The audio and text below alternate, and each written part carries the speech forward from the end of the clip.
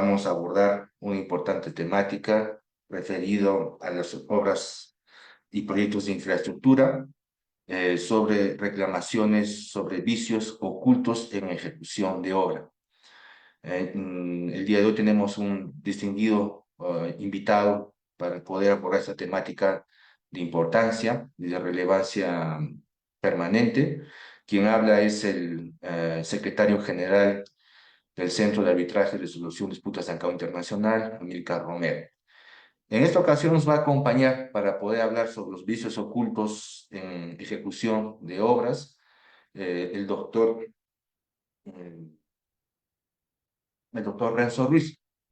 El doctor Renzo Ruiz es abogado egresado por la Universidad Nacional Jorge Basadre Grono. Es máster en gestión pública por la Universidad de San Martín de Porres. Especialista en arbitraje, en financiamiento de proyectos, en contrataciones del Estado y en Derecho Administrativo por la Pontificia Universidad Católica del Perú, y en Derecho de la Construcción, en obras por impuestos, en concesiones y en administración de contratos por la Universidad ESAN. En asociaciones público-privadas por el Banco Interamericano de Desarrollo y la Corporación Andina del Fomento, y en proyectos en activos por la Escuela Nacional de Administración Pública. Asimismo es socio de DS Casallierro Abogados. Tiene como experiencia muy relevante en la materia en la asesoría, ejecución y administración contractual in situ de proyectos de infraestructura, así como arbitrajes, juntas de resolución de disputas y procesos judiciales relacionados a tales proyectos, con una cartera valorizada en 1.000 millones de soles en obras de edificación, viales, hidráulicas, hospitalarias, de energía, renovables y de vivienda. Es entonces el doctor Ruiz un gran especialista, conocedor de ese tipo de dinámicas en proyectos de infraestructura, y creo que va a ser para nosotros un gran honor poder recibirlo y aprender un poco más sobre esta importante temática. Doctor Renzo Ruiz, obviamente si he obviado algún tema de su sumilla o su short bio, siéntase libre de usted poder agregar lo que usted considere oportuno. Caso contrario, tiene usted el uso de la palabra, doctor. Estaremos atentos a su ponencia. Antes de hacerlo, si quieren hacer preguntas, pueden hacerlo en el chat o al final de la sesión pueden levantar la mano, digamos, en forma virtual, para hacer consultas con nuestro especialista invitado el día de hoy. Muchísimas gracias, doctor Renzo Ruiz, tiene el uso de la palabra. Gracias a ti por la presentación. En realidad nada que agregar. Muy amable más bien por referirte a mí en estos términos tan generosos y por supuesto inmerecidos. Eh, Junto con agradecer la invitación y la presencia de todos aquellos que sacrifican la mañana de su sábado para estar aquí, voy a empezar con la presentación acerca de este asunto que siempre es tan litigioso. He tenido la fortuna de participar en algunos cuantos procesos arbitrales en los que se ha discutido la verdadera naturaleza y extensión del término vicios ocultos. Y es con base en esta experiencia que quiero poner sobre el tapete algunas ideas, la mayoría de ellas con base en la norma y en la doctrina, algunas otras también con base en la experiencia, y creo que lo más enriquecedor de esta jornada van a ser las preguntas que ustedes puedan formular y con base en ello el intercambio de ideas que podamos generar para seguir contribuyendo al conocimiento sobre esta materia. Eh, Inevitable empezar hablando acerca del contrato. Por supuesto, el contrato tiene muchas acepciones, es un fenómeno multidimensional. Yo quisiera referirme en concreto a una mirada económica del contrato, para entender que el contrato se trata de un instrumento de distribución. Una distribución, por supuesto, que implica no solamente la aventura, no solamente la ganancia, sino también el riesgo. Entonces, a través del contrato se distribuye entre las partes contratantes la aventura y el riesgo. Y esta distribución se hace con la finalidad de obtener el resultado más eficientemente posible, que tienda a satisfacer el interés de las partes involucradas. Entonces, en un contrato de construcción, por un lado tenemos el interés del comitente, que es la ejecución de una obra determinada, y esto, por supuesto, es un tema bastante complejo y amplio de explicar. Cuando hablamos de obra determinada, nos estamos refiriendo al alcance que el comitente plantea para el desarrollo de su proyecto de construcción. Este alcance, por supuesto, va a estar contenido en la documentación técnica de la obra, como los planos, la memoria descriptiva, las especificaciones técnicas, pero, sin duda, ello en función al nivel del encargo que se le va a hacer al contratista, si se trata de una obra que sea de diseño y construcción, de una obra que sea de diseño, construcción, procura o gerencia, etcétera, con las muchas variables. Lo cierto es que el interés del comitente es que su proyecto se ejecute en los términos que él encarga. Y de otro lado tenemos el interés del contratista, que por supuesto, entre las muchas cosas que les puede interesar, sin duda, la vedette, la protagonista de este interés para el contratista es el pago, que es la contraprestación por la obra o por el proyecto de construcción, para hablar en términos más estrictos, ejecutada a favor de su comitente por encargo de este. Entonces, un contrato de construcción es un contrato conmutativo. Y esta es una característica muy relevante. El hecho de que sea un contrato conmutativo es una característica muy relevante. ¿Qué significa que se trata de un contrato conmutativo? Que al celebrarse es posible para las partes contratantes valorar las ventajas y las pérdidas que de la suscripción de ese contrato a cada una de ellas le toca asumir. Entonces, cuando se celebra un contrato conmutativo y las partes han tenido ocasión de valorar las ventajas y las pérdidas que asumen, se establece un equilibrio en la medida del intercambio. Y vinculado con esto, la siguiente característica de un contrato de construcción, que es un contrato sinalagmático, porque implica reciprocidad, es decir, ambas partes son a la vez deudor y acreedor la una para con la otra. Y es ahí donde radica cabalmente la relevancia del equilibrio, sobre todo bajo la premisa de que este equilibrio no está dado en términos cuantitativos, si se quiere, sino más bien en términos cualitativos. ¿Qué quiero decir con esto? Cada una de las partes determina la porción, determina la medida que permitirá encontrarse en equilibrio con los derechos y obligaciones de su contraparte. Y por tanto, no hay una medida estándar, no hay una medida lógica, no hay una medida preestablecida aplicable a todos los contratos. De modo tal que cada contrato se convertirá en un universo en el que es imprescindible que exista un equilibrio entre las partes contratantes. Esto, creo yo, es la característica, en síntesis, en términos generales, más relevante en un contrato de construcción.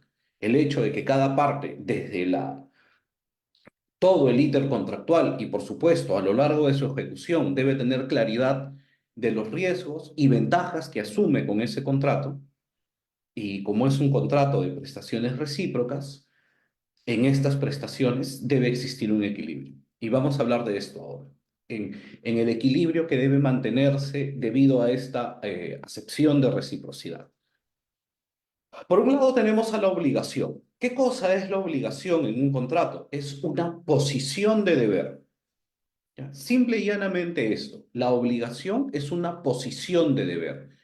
Es la posición de deber que tiene el deudor frente al acreedor. Y como hablamos de un contrato de prestaciones recíprocas, el contratista será deudor de su comitente en cuanto a la ejecución del proyecto de construcción y el comitente será deudor frente al contratista por el pago de la contraprestación. Entonces, la obligación es simple y llanamente la posición de deber del deudor frente al acreedor. Y a esto se denomina el sinalagma genético, es decir, la génesis en esta reciprocidad. Y de otro lado tenemos la prestación, que a diferencia de la obligación, que es simple y llanamente una posición de deber, La prestación es un comportamiento efectivo que el deudor va a ejecutar a favor del acreedor. En lo que acabamos de conversar, la prestación que el contratista le debe a su comitente es la ejecución de la obra determinada de la que hemos hablado. Y la prestación que el comitente le debe al contratista y que en consecuencia se obliga a ejecutar a su favor es el pago de la contraprestación. Y a esto se llama el sinalagma funcional. Entonces, esta medida de reciprocidad y por tanto este equilibrio que debe existir entre las partes está presente tanto en el sinalagma genético, es decir, a nivel de construcción de esta posición de deber, así como en el sinalagma funcional, es decir, durante la ejecución propiamente dicha de las obligaciones contractuales, durante la ejecución de la prestación. Entonces, el equilibrio como porción fijada por las partes, perdón, como proporción fijada por las partes, debe mantenerse durante todo el íter del contrato. Y esta proporción es la medida ideal que las partes han convenido. E insisto, no hay una medida preestablecida o un tercero no podría venir a decir qué es lo que a cada parte le conviene, qué es lo que a cada parte necesita para satisfacer su necesidad. Esa es una cuestión propia de las partes en el contexto de su autonomía privada. Lo que es relevante es que este equilibrio es la medida ideal para que cada una de las partes encuentre satisfacción para el interés que persigue con la celebración y ejecución del contrato suscrito. Y por supuesto, este equilibrio, insisto, debe mantenerse a lo largo de todo el íter de la ejecución contractual. De otro modo, el contrato perdería su propósito, perdería su finalidad. Pero, por supuesto, en el plano de lo práctico pueden presentarse situaciones en las que este equilibrio se fractura. ¿Ya? Este equilibrio, entendido como una situación ideal, como el escenario teórico perfecto para el desarrollo de la relación contractual, en la práctica puede enfrentar a situaciones que terminarían por fracturarlo, por fracturar el equilibrio. Uno de estos acontecimientos que podrían determinar la fractura del equilibrio es cuando la prestación recibida es materialmente incapaz de cumplir su propósito. Y como hemos dicho, la prestación es la acción material de ejecutar que debe cumplir el deudor frente a su acreedor. Entonces, cuando la prestación recibida, cuando el acreedor recibe la prestación por parte de su deudor, si esta prestación es incapaz de cumplir su propósito, por la razón que fuere, se habrá producido una fractura en el equilibrio, porque, como hemos venido conversando, el equilibrio en el contrato tiene por finalidad que ambas partes encuentren satisfecho su interés.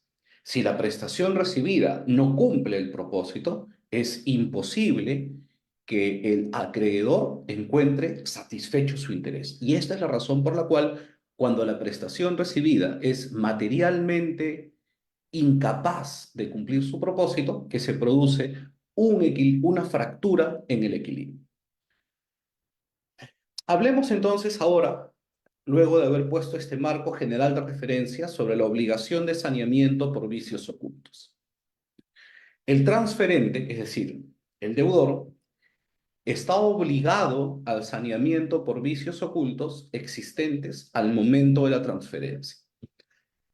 De este enunciado, que lo he extraído y copiado tal cual del Código Civil, hay dos conceptos en los que quisiera detener. Primero, que la obligación está referida a los vicios ocultos, es decir, no a cualquier vicio, sino a aquel vicio que califique como vicio oculto. Y ahora vamos a ver cuándo un vicio califica como vicio oculto. Insisto, no es cualquier vicio, sino única y exclusivamente los vicios ocultos. Y vinculado con esto, un vicio oculto que sea contemporáneo al momento de la transferencia. O sea, que exista al momento de la transferencia, ya sea antes o en el preciso momento de la transferencia. ¿Ya? Estos son dos temas muy relevantes que van a marcar la pauta para el desarrollo de esta sesión. Entonces, ¿qué cosa es un vicio oculto? Un vicio oculto es un defecto en la cosa no susceptible de ser apreciado a simple vista en el momento de la transferencia que no permiten que sea útil a su fin, refiriéndose a la cosa, por supuesto. Entonces, para que califique como vicio oculto, tiene que cumplir tres condiciones. Lo primero, que sea oculto, ¿ya? Que se trate de un defecto en la cosa que impida que la cosa cumpla su fin, pero este vicio debe ser oculto.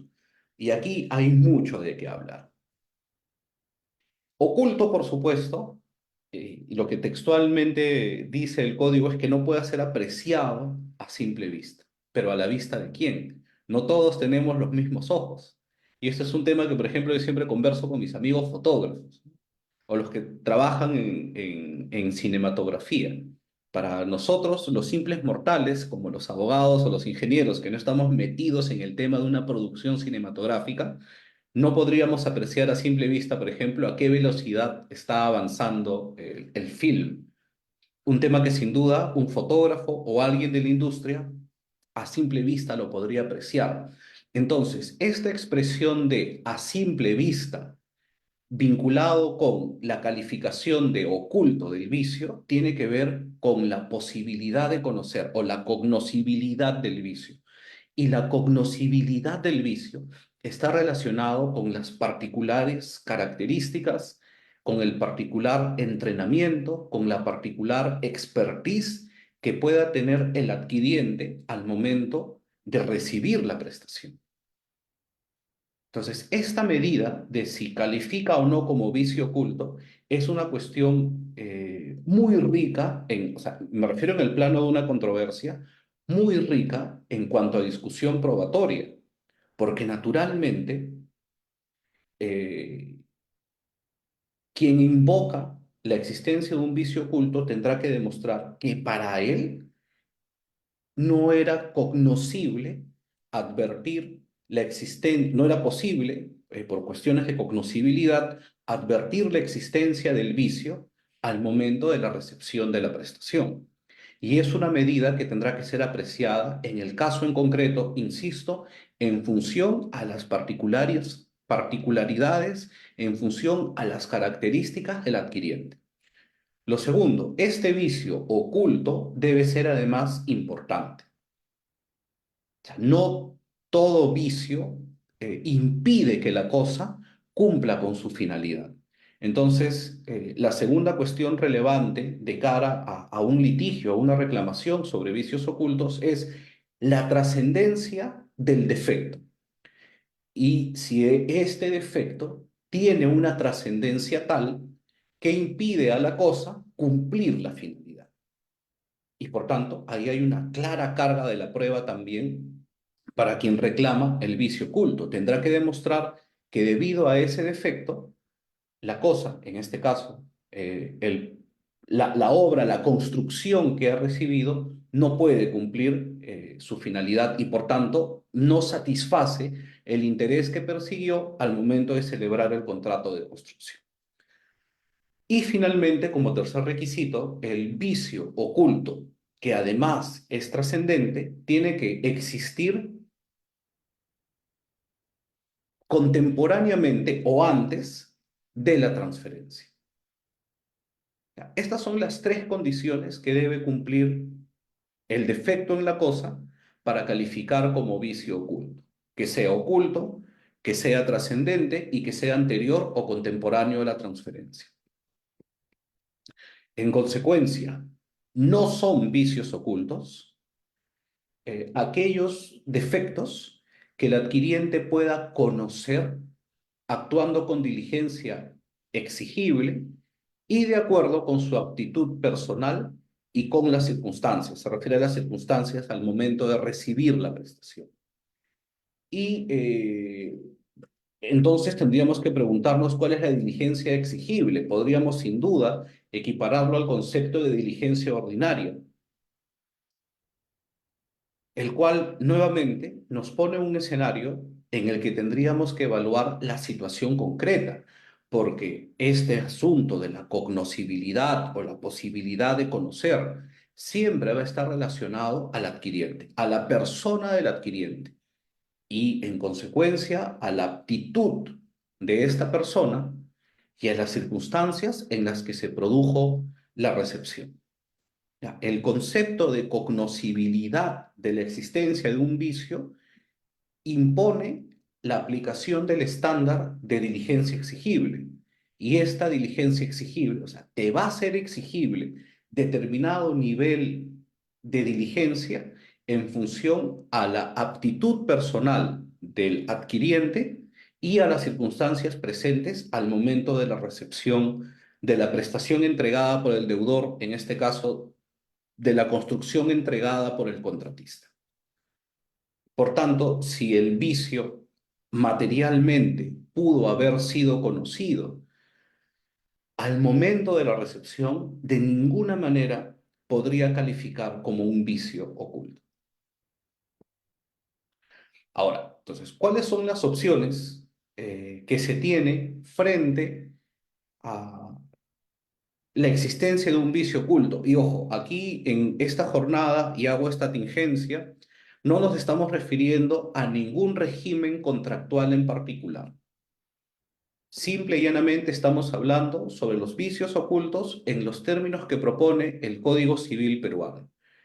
Hago esta tingencia porque determinados espacios normativos, determinados regímenes contractuales e inclusive los propios contratos podrían establecer su regulación propia para las reclamaciones por vicios ocultos. Claro está, en la medida que no contravengan disposiciones de orden público y por tanto, siendo un universo tan amplio, sería imposible que hablemos de los vicios ocultos para cada contrato o para cada régimen. Y esta es la razón por la cual, e insisto, hago esta tingencia. En esta jornada estamos hablando de vicios ocultos en los términos que propone el Código Civil. No obstante, en la etapa de preguntas, si es que alguien quiere hablar de algún tema en particular, encantado de la vida de poder profundizar a mayor detalle, a mayor nivel de detalle, cómo se tropicaliza, cómo aterriza en un régimen contractual en particular estas ideas generales acerca de vicios ocultos. Vamos entonces con la primera opción. El adquiriente podrá optar por la resolución jurisdiccional, y empleo la expresión jurisdiccional y no judicial porque, en función de lo que se haya pactado en el contrato, quizá el mecanismo de solución de controversias no sea el Poder Judicial, sino el arbitraje. Entonces, digamos, una resolución jurisdiccional del contrato. Esto es aquella resolución en la que acudes al juzgador para que declare la resolución del contrato, por supuesto, con los efectos retroactivos a los que se refiere el Código Civil. Cuando se produce la resolución jurisdiccional del contrato, además, el adquiriente te da derecho a el valor que tendría el bien al momento de la resolución si es que no existiera el vicio que lo afecta, teniendo en cuenta la finalidad de la adquisición. Segundo, tendrá derecho a los intereses legales desde el momento de la citación con la demanda. Tercero, tendrá derecho a los gastos o tributos del contrato que hayan sido pagados por él, pagados por el adquiriente. Cuarto, tendrá derecho a los frutos del bien que estuviesen pendientes al momento de la resolución, a los frutos entendidos como los provechos renovables. Y cinco, tendrá derecho a una indemnización de daños y perjuicios cuando el transferente, en este caso el contratista, haya incurrido en dolo o culpa respecto a la existencia de los vicios. Y aquí hay otro tema que es bien importante de aclarar. Y tenemos que remitirnos entonces a la teoría de la inejecución de contratos. ¿Cuándo hay dolo? Cuando deliberadamente incumples la prestación a tu cargo. ¿Cuándo hay culpa? Y hablamos de dos niveles de culpa que generan la obligación de indemnizar daños y perjuicios. La culpa inexcusable, que es una negligencia grave en el cumplimiento de la prestación, Es decir, no tuviste la intención de cumplir, pero fuiste tan negligente que se te puede imputar culpa por el incumplimiento de la obligación o por su cumplimiento parcial, tardío o defectuoso. Pero también tenemos la culpa leve, que simple y llanamente implica que no actuaste con la diligencia ordinaria. Entonces, aquí nuevamente con este estándar indeterminado de la diligencia ordinaria. Y esta eh, tendrá que configurarse entonces a efectos del pago de una indemnización por daños sin perjuicios, aplicando eh, nuevamente las características, las cualidades, la expertise propia del transferente, en este caso del constructor. ¿Por qué es relevante hablar de esto? En el contexto del contrato de obra, en los términos que plantea el Código Civil, obra no es igual a construcción.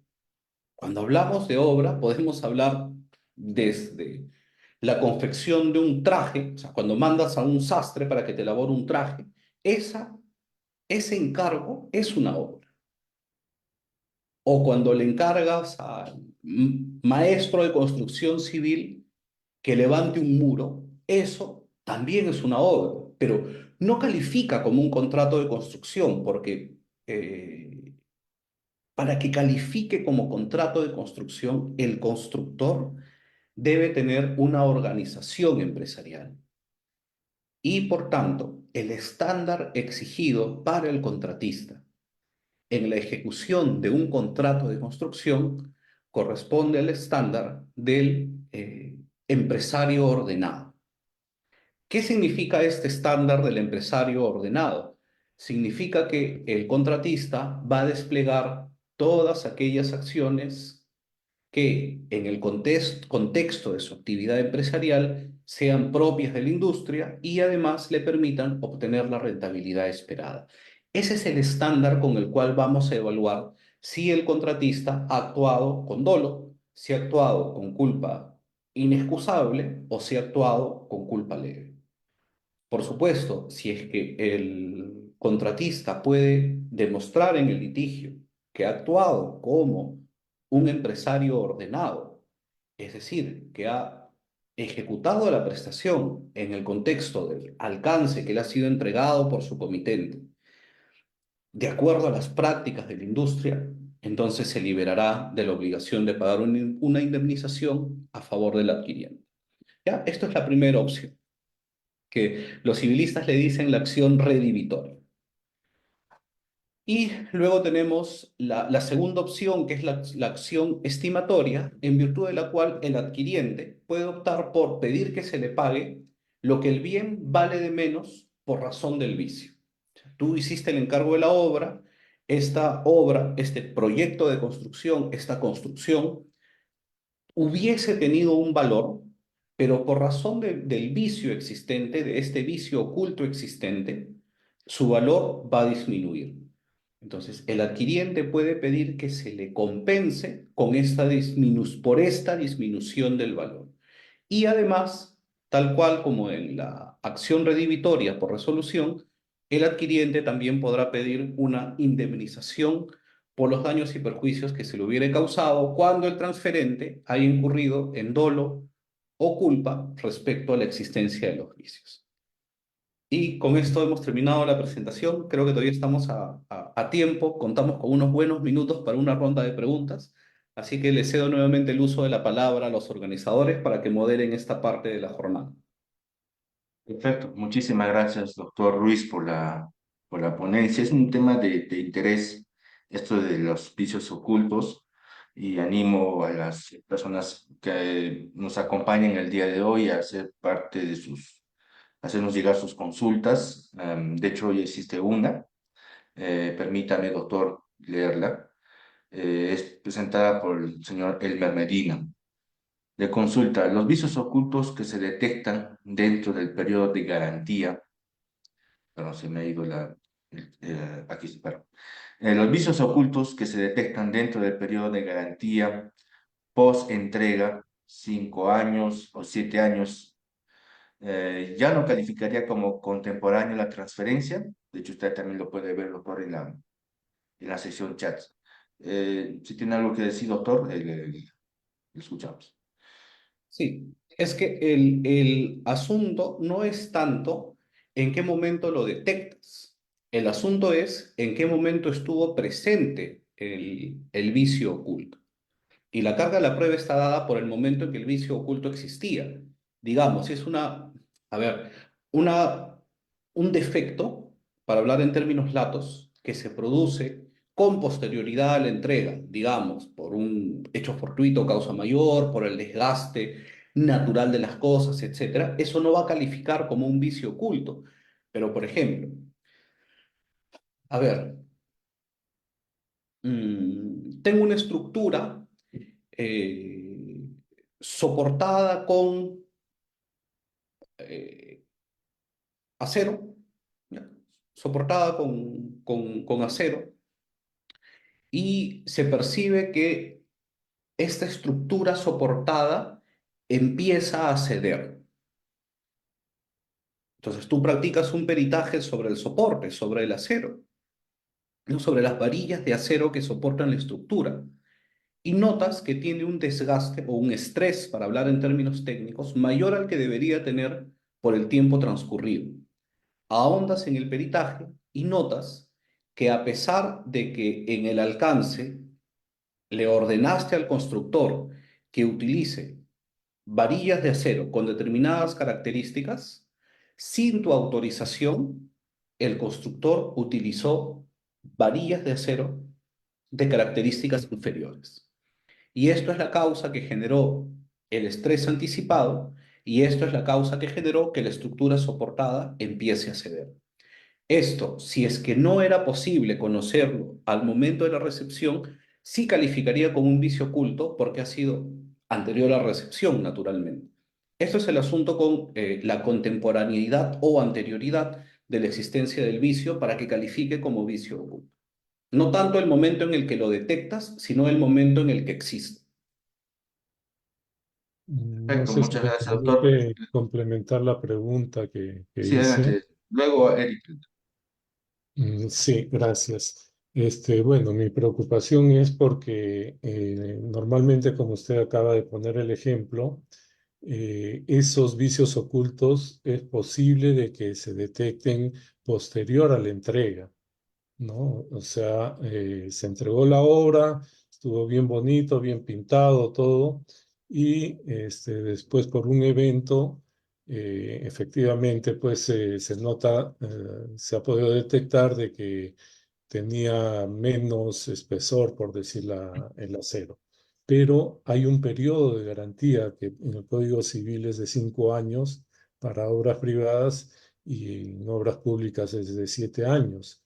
Y ahí es el momento que recién la entidad o el contratante puede haber detectado ese vicio que inicialmente estaba oculto. Entonces, ya no es pues contemporáneo a la fecha de entrega, sino ya dentro de un periodo de garantía que tiene la obra, Pero ¿no? o sea, es en el momento en que lo detectas. Por eso, dentro de ese periodo de garantía que es de 5 años o de 7 años. Sí, pero por eso te digo, o sea, pero es la oportunidad en que lo detectas. Correcto. Ya, Lo ahora sí. contemporáneo tiene que ser la existencia del vicio, independientemente de cuándo lo detectas. O sea, el vicio tiene que existir antes o, a más tardar, al momento de la recepción. Y eso es lo que hay que probar, que el vicio existía. Obviamente, para reclamar los vicios ocultos hay un plazo que, por cierto, es un plazo de caducidad. Esto quiere decir que si no lo reclamas dentro de ese plazo, perdiste el derecho. Pero independientemente de cuándo detectas el vicio, lo relevante en términos probatorios es que quede claro, a nivel probatorio, insisto, que ese vicio oculto existía antes o hasta el momento de la transferencia. A eso se refiere la contemporaneidad, no a la oportunidad en la que el vicio es detectado. Porque claro, Ujú. si este vicio lo pudiste detectar al momento de la transferencia, ya no sería un vicio oculto, Claro. ya no podría calificar como vicio oculto. Ujú. Recuerden que hemos hablado de la cognoscibilidad, ¿no? La posibilidad de conocer. Si el vicio pudiste haberlo detectado al momento de la transferencia, ya no podrás reclamarlo como vicio oculto. Así es. Ujú.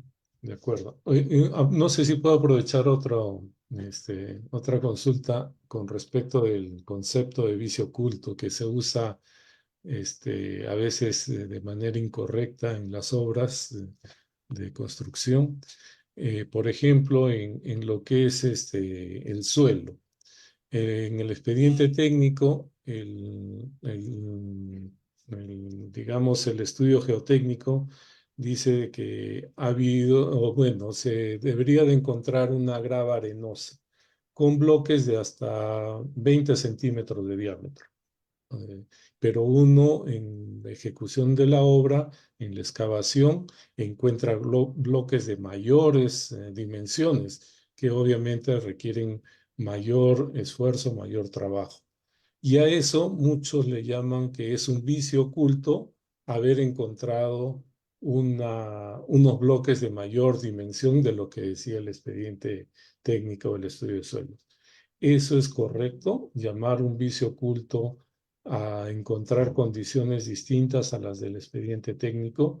Podría ser vicio oculto de que el vicio podría ser de que el expediente estuvo mal hecho, pero no sé qué comentarios nos puede dar sobre eso. A Gracias. ver, para entender tu punto, entiendo que te refieres a que en el contexto de un contrato de construcción, el comitente tiene la obligación de entregarle el expediente al contratista, pero además también tiene la obligación de entregarle el terreno en el cual se va a ejecutar la obra. ¿Voy bien Correcto. hasta ahí? Sí, está muy bien. Ok. Entonces, una vez en el terreno, el contratista revisa el expediente y ve las características del suelo, pero cuando empieza a excavar, encuentra que el suelo tiene características distintas a las que señala el expediente. Correcto. Esto, propiamente dicho, no es un vicio oculto porque no hay una obligación de contraprestación por esto. Es parte de la obligación, es un componente de la obligación. Lo que sí tendría que suceder es que inmediatamente el contratista tendría que dar cuenta al comitente y la solución va a estar dada conforme el alcance de las obligaciones contractuales. Interesante, por ejemplo, si es que fuera un caso de suma alzada, cómo tendría que evaluarse, si fuera un caso de precios unitarios, cómo tendría que evaluarse, en función también a quién realizó el estudio, si el estudio fue en función al sistema de entrega de proyectos, si fue realizado por el contratista o si fue realizado por el comitente. O sea, hay una solución sin duda, pero a la pregunta en concreto, si califica como un vicio oculto, la respuesta es no. Ujú. Correcto. Muchas gracias. Vale, a ti. Perfecto. Había una consulta, no sé si el señor Eric López aún desea formularla de forma oral. Si es Sí, el doctor. caso, que él usa la palabra para hacerlo. Sí, buenos días, muchas gracias. Doctor, ¿qué tal? Doctor, acerca del ejemplo anterior del anterior compañero que me precedió, ¿no podría ser un vicio oculto? O sea, me parece que sí podría darse la figura del vicio oculto porque el expediente indica un trabajo de excavación en condiciones muy distintas a las que se está encontrando, ¿no? Por ejemplo, indica excavaciones en terreno normal y encuentras una losa o un bloque de concreto, como dice. Por lo tanto, hay que añadir una partida que no está contemplada en el expediente técnico. Me parecería que por ahí sería un adicional y deductivo vinculante por vicio oculto. ¿Sería No, es que correcto? no es un vicio oculto porque no hay, o sea, esto no es el objeto de la prestación. O sea, salvo que estemos hablando de la compra-venta de un terreno, ¿no? Pero si es en el contexto de un contrato de construcción, la entrega del terreno no es el objeto de la prestación. La entrega del terreno es simple y llanamente un paso, un componente, una actividad, como quieras llamarlo, dentro del contrato, pero no es el objeto de él. Y para que califique como vicio oculto, como señalamos en el concepto, esto tendría que determinar que la prestación, que la cosa que se va a entregar no pueda cumplir su finalidad. Entonces, tendríamos que ver pues, cuál es la finalidad del contrato y sin duda la entrega del terreno no es la finalidad del contrato. Por eso no calificaría como vicio oculto. Y sí, habría que ver la forma, insisto, en función al alcance de las obligaciones y al sistema de entrega de proyectos, si esto se puede solucionar, por ejemplo, a través de adicional deductivo. Correcto, doctor, muy amable, muchas gracias. A ti, muy amable, gracias por la pregunta. Si me permiten, justamente por eso hice la pregunta, porque efectivamente muchos confunden ese concepto como vicio oculto. Lo que creo que debería ser el término correcto, que es un caso fortuito el haber encontrado un bloque en el terreno que no estaba en el expediente técnico, que lo han hecho de acuerdo al reglamento, a las normas, 3 calicatas por cada 450 metros cuadrados, etcétera, etcétera. No sé si es correcto. Sí, sí, claro. O sea, insisto, ¿no? Para que califique como vicio oculto, tendría que tratarse de una prestación que es objeto, que es la finalidad de la celebración del contrato. Y aquí, nuevamente, a menos que estemos hablando de la compra-venta de un terreno, donde este mismo caso sí podría calificar como un vicio oculto, ¿no? Si yo estoy haciendo la compra-venta de un terreno, sí podría calificar como un vicio oculto. Pero si es en el contexto de la ejecución de una construcción, la entrega del terreno no es la finalidad del contrato.